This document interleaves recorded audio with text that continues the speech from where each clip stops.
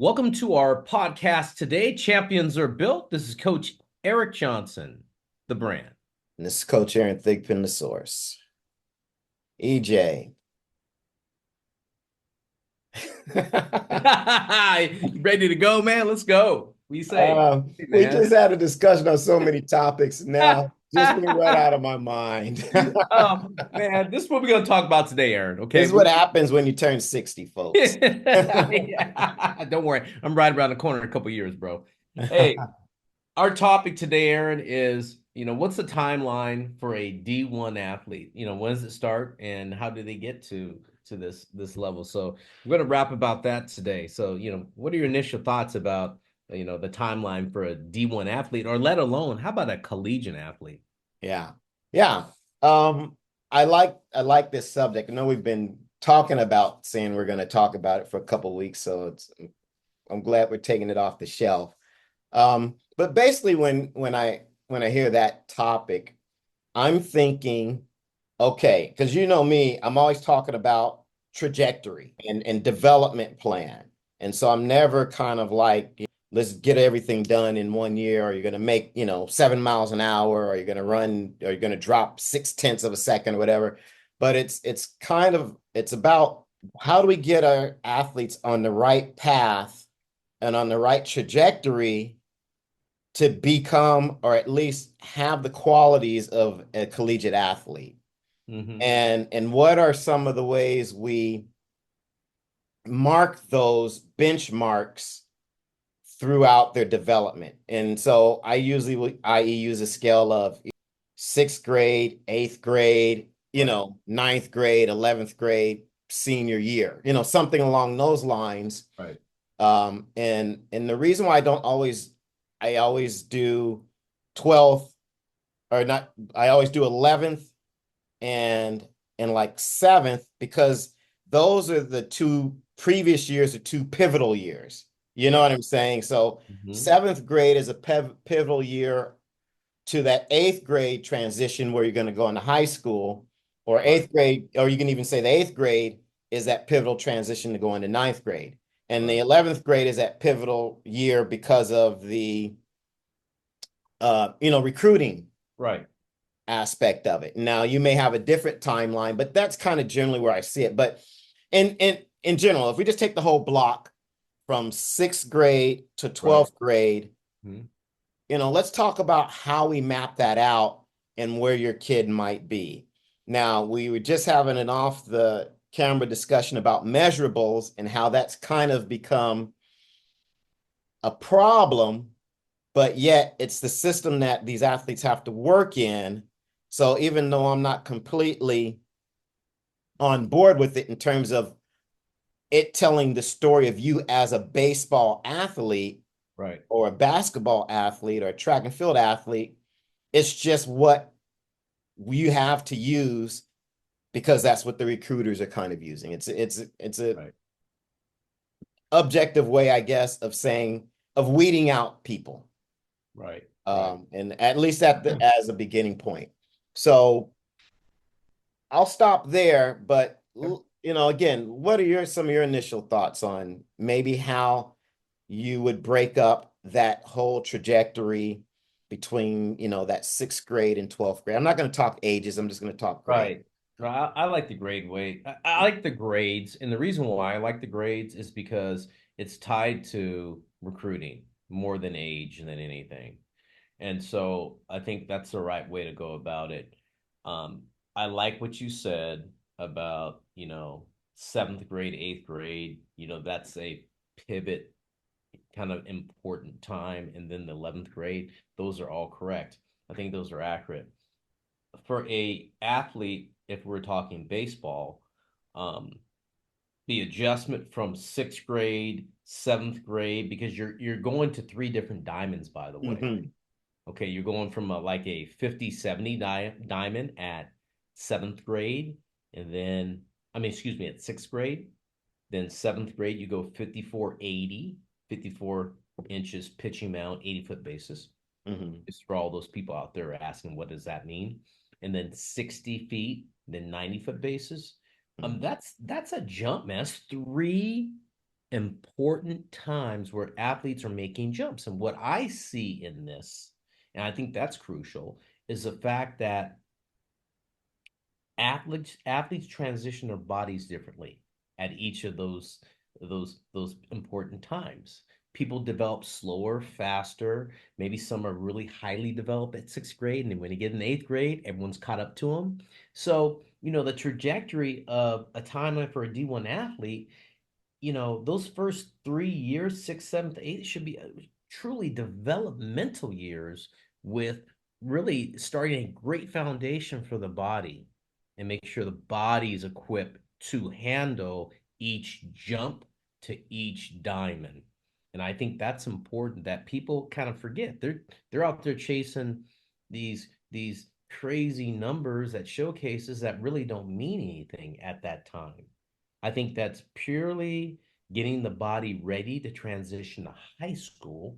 Because now, when you get in eighth grade or high school, it's the same diamond, you Mm-hmm. see, and so it's easier um, to really understand your development, and now the numbers become a little bit different. It's not the end all, but they become a little bit important Mm-hmm. on based on your strength, speed, and your athleticism, So that's kind of my initial thoughts, Aaron, and just to talk about what it means to have a collegiate athlete and where does this start? And it should start in elementary school. And you say sixth grade, I say fifth, sixth, because a lot of those kids are playing together on that little small diamond.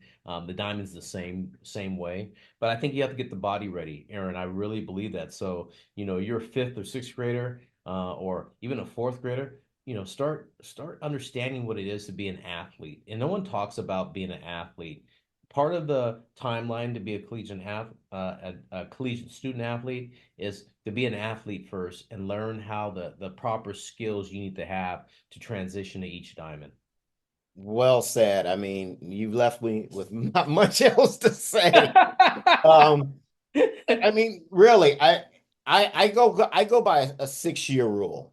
It Okay. takes about 6 years to develop a collegiate athlete, and it takes about 6 years to develop a pro athlete, 4 to 6, depending on Right, right, right. where when they start that process. And you're absolutely right. And because there's this whole youth sports machine, and athletes can play sports earlier.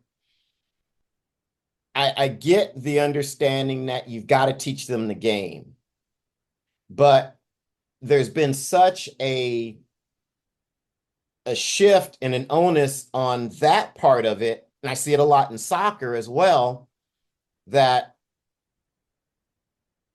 they find themselves behind at some of those pivotal points physically. Okay. So in other words, you have kids who are, playing little league, youth baseball year round, and then they can't make the jump to the bigger field Right. and then the next bigger field. And so they get further and further behind.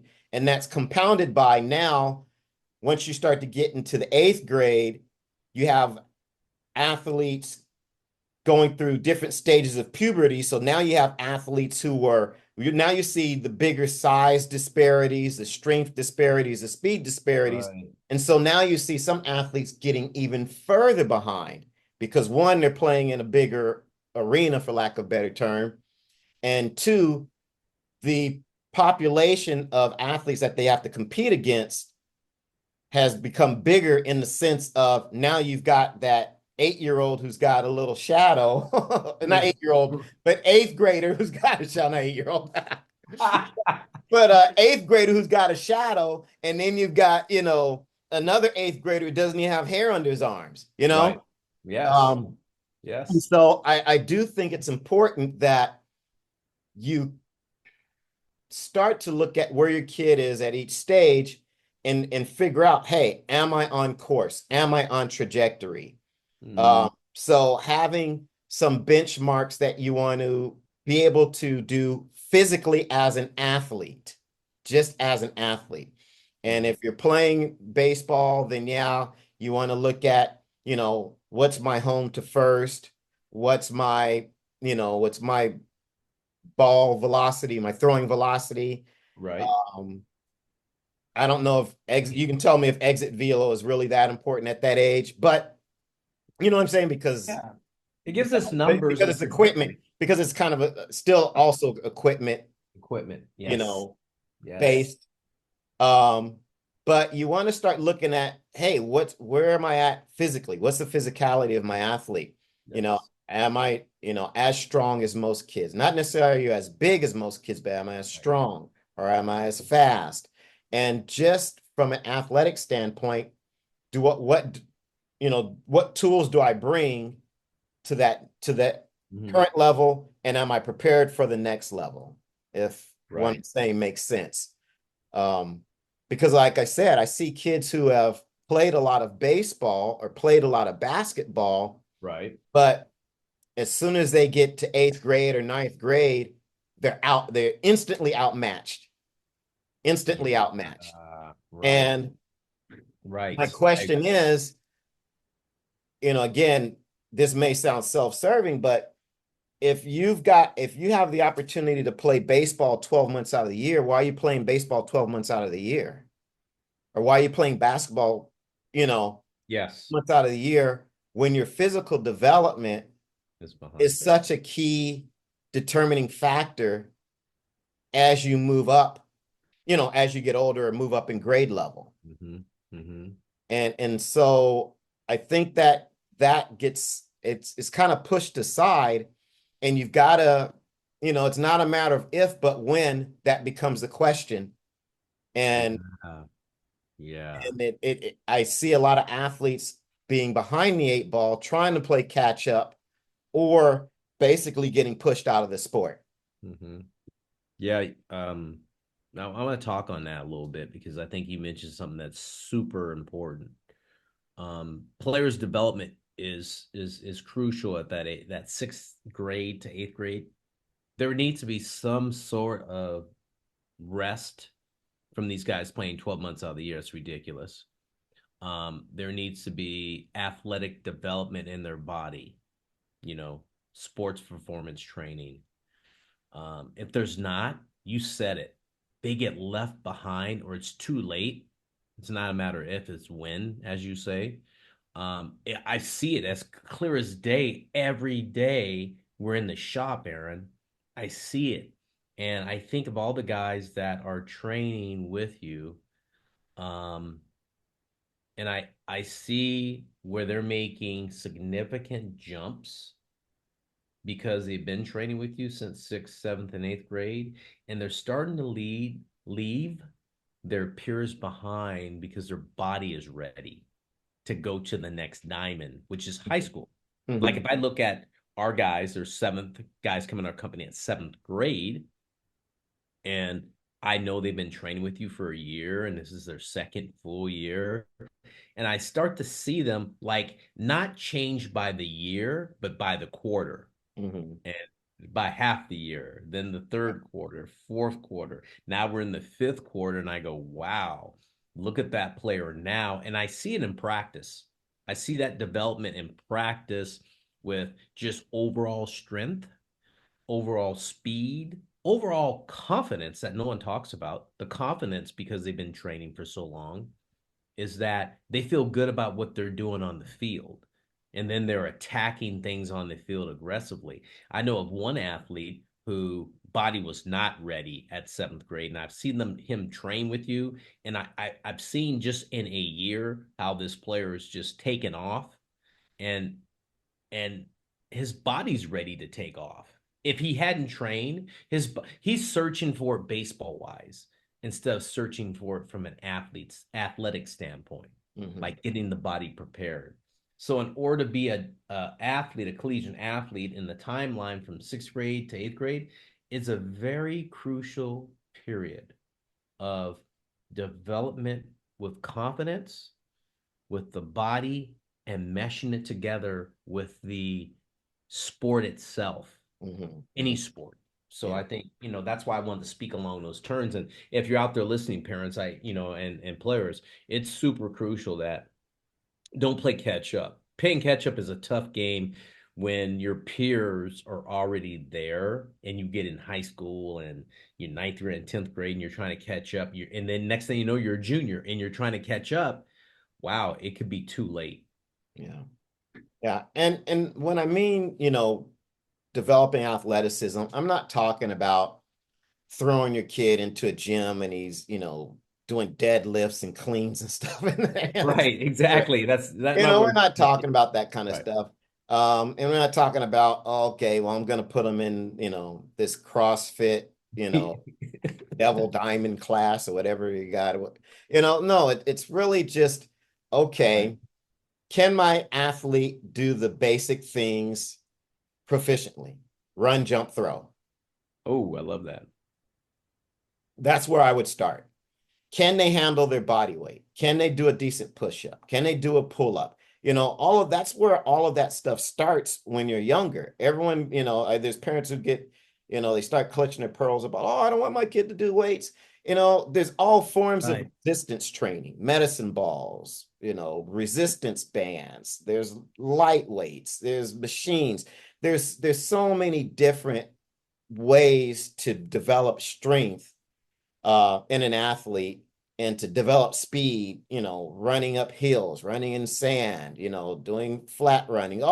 There's so many different ways to develop these things that aren't going to stunt the growth of athletes, which is, the other Right. big scare out there. Right.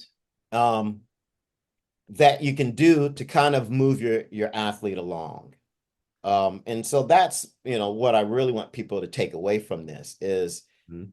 start to figure out where your athlete is in relation to their peers and start to do some of that work. And you may have to sacrifice some playing time. But again, Right.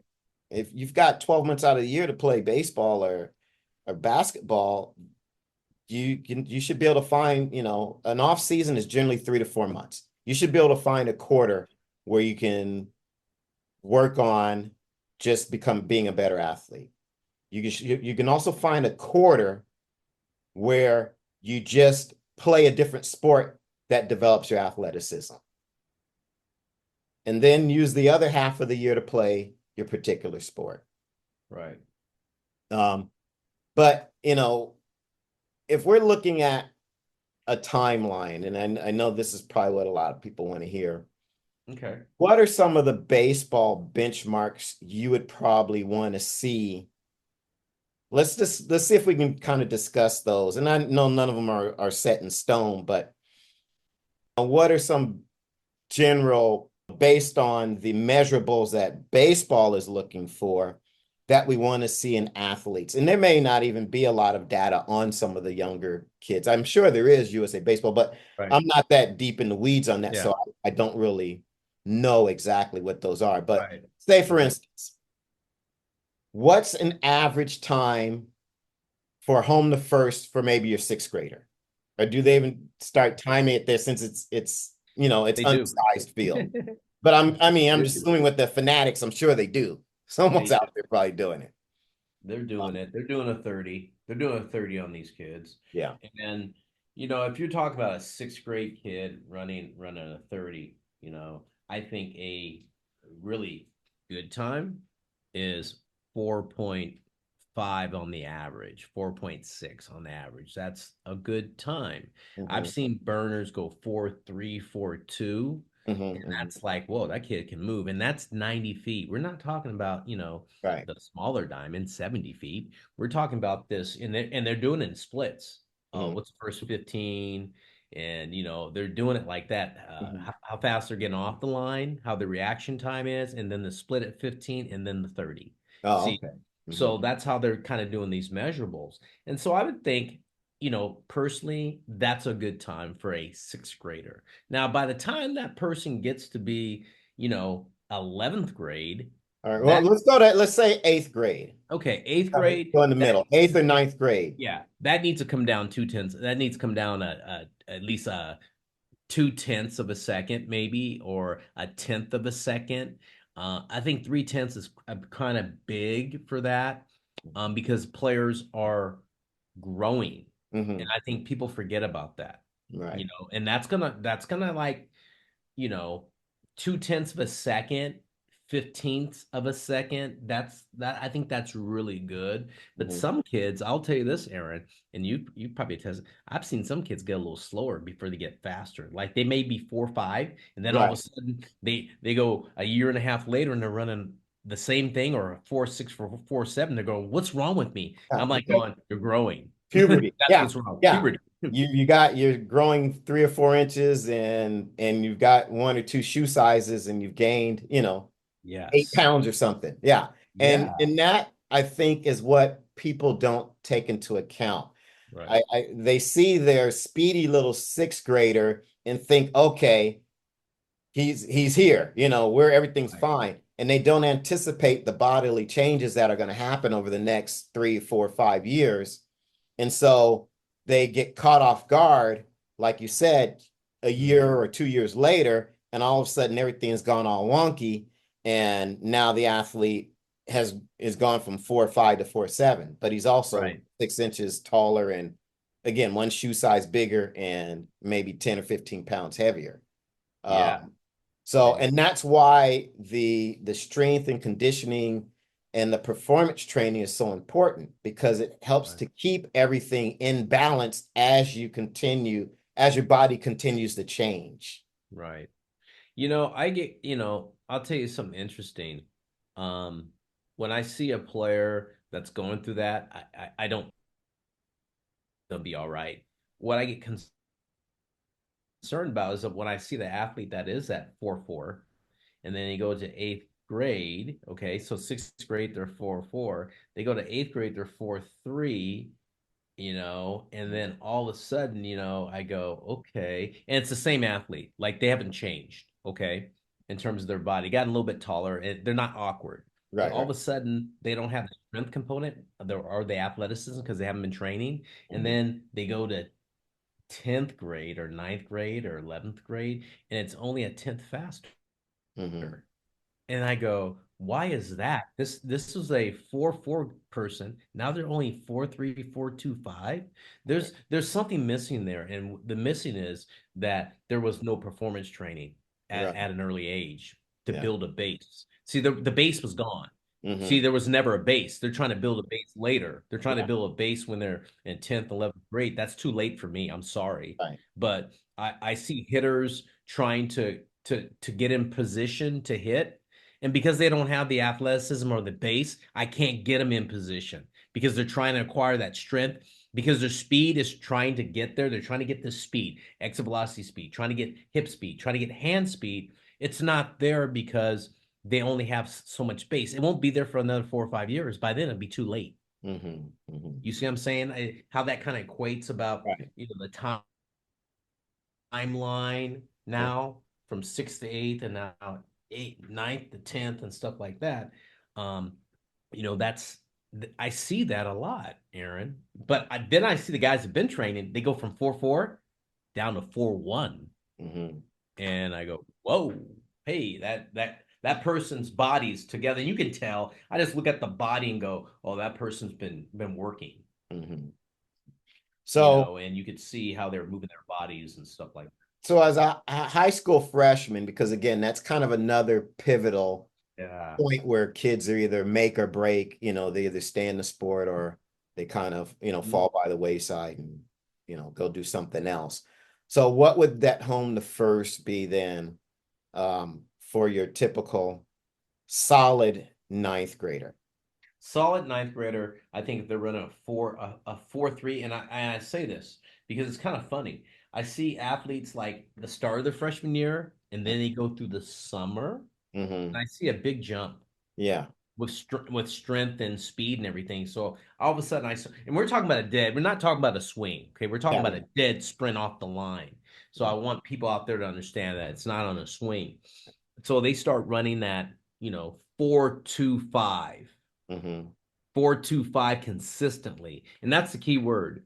It's consistently. Like it's like 5 to 10 times they're Not doing peak. that. Yeah. Yeah, it's not like, okay, all of a sudden he ran a 4.25, then it's a 4.4 again, or 4.35, Right, and you right, go, right, right. what's going on? Was the watch wrong, Yeah. or You were throw we out the high, you throw out the low. right? You have to. So I see I think that's a good 4.25. You know, that's really good. That's Okay. like, hey, that's good. That's solid running. That's what a college coach should say. That's solid running. I like that. Their speed. It's a good movement pattern. So what then is a benchmark for our 11th grader? Because that's kind of when, the recruiting happens and they're kind of getting eyes on and they're going to the showcases and stuff. So, and by then that for some instances can be the point of no return or the drop dead date. And the reason why I say that is because if you're super slow, if that has a if that term They hit makes a lot. sense, They hit a lot. that's a lot of time to have to make up between your junior and senior year if Yeah. you're way off the mark. Yeah, you better hit a lot. So, You so better what throw would hard. You better hit that pitcher or something. I don't know, man. so You better. what would that benchmark be? Say for 11th grader, he's really trying to get college recruited. Um, and again, we're not we're talking home the first, but we're really Right. talking about this as an illustration of game speed, Yeah. the speed, the usable speed in the game. Yeah. That's why I didn't ask you about 60, because that's a whole different That's animal. a different And I animal. don't even think that really needs to be used in baseball. It really doesn't have a lot of, uh, Bearing. It's just been like yeah, one of those old school exactly. things back in the day. You did Right. this, and this is what it is. Right. And that's why Um, I didn't yeah, bother to ask you about 60 times. That's why, because it's about the speed of the game and being able to keep up with the speed of the game. So that's why I wanted to get an illustration on home the first. So what's that 11th grader? What should he be running by the 11th grade if he wants to be, consider. legitimately considered as a collegiate Well, prospect? let's say 3.85, 3.9. I Mm, mean, 4.40. 4.0's like, okay, he's 4.0. Okay, that's good. He's offline 4.0. That works, you know. mhm. But when you start getting a 4.15, 4.2s, you go, he's not a really good runner, you Yeah. know. 4.0 conversation, 3.9. Oh, he runs a little bit. 3.6, 5, 3.6, 3.5. That guy is different. Yeah. He can really run. So for me, 4 and down, Hmm. okay, is a conversation. Anything 4 and up, not Got super to bring fast. something else. Yeah. Yeah, better bring another tool. Yeah. Running's not one of the tools. And somebody might say, "Oh yeah, 4 is okay," but I'm like going, In this day and age, maybe that doesn't play anymore. Right. He's not because he better be a bopper. That's how I look at it. Yeah. Okay. Yeah. Oh, So yeah. that's I think that was good illustration of the running, Aaron, because I think a lot of people don't understand it. Running has a lot to do with your athleticism and how strong your body. People don't realize they go, you're fast. You just move your legs fast. You move your arms fast. You're good. No, it's not. No, it's not. Running is a huge indicator of your athleticism. And people are, Absolutely. and you can be blessed with a rocket arm and throw 90 and not be able Mhm. to run.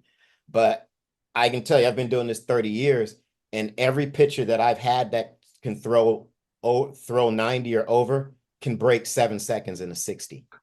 Absolutely know that. There's a Watch. direct Yeah. correlation I there, mean, and that's why my pitchers train like sprinters, and that's why everyone else is trying to train their pitchers like sprinters now. yeah. They're finally figuring that out, and it's not the movement, it's the energy systems that are used. They parallel each other quite a bit. So, but no, I like your take on all of that. Anything else you want to add to this subject? Well, I think in order to develop yourself into a collegiate athlete, and I tell people this, please run sprints. Please run sprints. And I don't and I it may be off subject slightly, but watching athletes, no one runs sprints at full speed anymore. Like what happened to that? Because that's what it takes to play in college. You got to run fast and you got to be able to sustain speed at least 270 feet. I mean, you run in a triple, like, or first and home. You got to have sustainable speed at least for that. That's a minimum. And I don't think people are really running sprints hard enough to be a collegiate athlete. And we're talking about developing a collegiate athlete in a timeline. Run sprints from six, hey, right when you get out, hey, fifth, sixth, fourth grade, run sprints and keep running them until you get to college. I'm gonna tell you. Well, I'll add something to that. First, learn how to sprint, then run. Okay. Awesome. First, learn how to sprint, because there's a lot of poor mechanics that can, one, get you hurt, two, stall any development that you're trying to Mm-hmm. get out of it. So you want to make sure that you learn how to sprint properly, because again, it's the efficiency that allows you to run faster and do other things as an athlete. Um, but yeah, you have to be ballistic. And, Mm-hmm. and there's a saying in track and field, you sometimes to be fast, you have to train fast. Doesn't mean train reckless, doesn't mean train without technique, but you do have to learn how to push the body to those certain limits and those barriers. But otherwise, good subject, man. It's Right. Yep. interesting. Real Should good. probably do one like this on throwing at some point too, so people understand, what the arm should be like, because that's another area where I see a lot of athletes finding themselves wanting later on in their athletic development, and they're trying to rush to get that arm up to par, whether it's a position player or whether it's a pitcher, Right. and it becomes even more dangerous than the running because the arm is just so much more sensitive to and susceptible to injury. So I think we definitely need to follow up with this one with another one I, about, I like that, Aaron. I think we are going to follow up with that. And everyone out there that's got any subjects they want to hear about, hit us up. Hit us up on our podcast, yeah. Spotify, email, text, whatever. Hit us up. This is Coach EJ, the brand. And this coach here in the source. We'll see you.